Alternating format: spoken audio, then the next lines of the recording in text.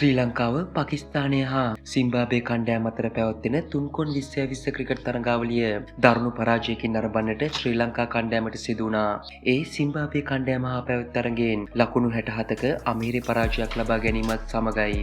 මෙම තරගයේ ප්‍රථමයෙන් පන්දුවට පහර දුන් සිම්බාබ්වේ කණ්ඩායම නියමිත පන්දු වාර 20 අවසානයේ කඩලු 8කට ලකුණු 162ක් ලබාගත් අතර ඊට පිළිතුරු ලෙස ශ්‍රී ලංකා කණ්ඩායමට ලබා ගැනීමට හැකි වුණේ සියලු දෙනා දැවි ලකුණු 95ක් පමණයි.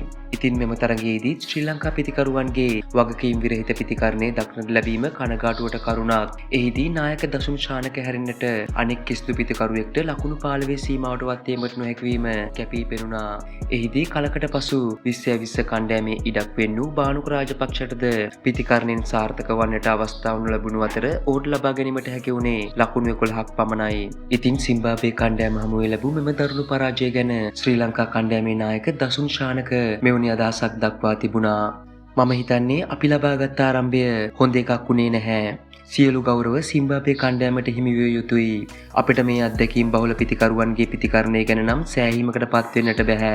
ඉක්මනින් අපේ කණ්ඩායම රිද්මයට එන්න බලාපොරොත්තු වෙනවා. යනුවෙන් දසුන් ශානක සිම්බාබ්වේ කණ්ඩායම හමුවේ ලැබූ දරුණු පරාජය ගැන එලෙස අදහස් දක්වා තිබුණා.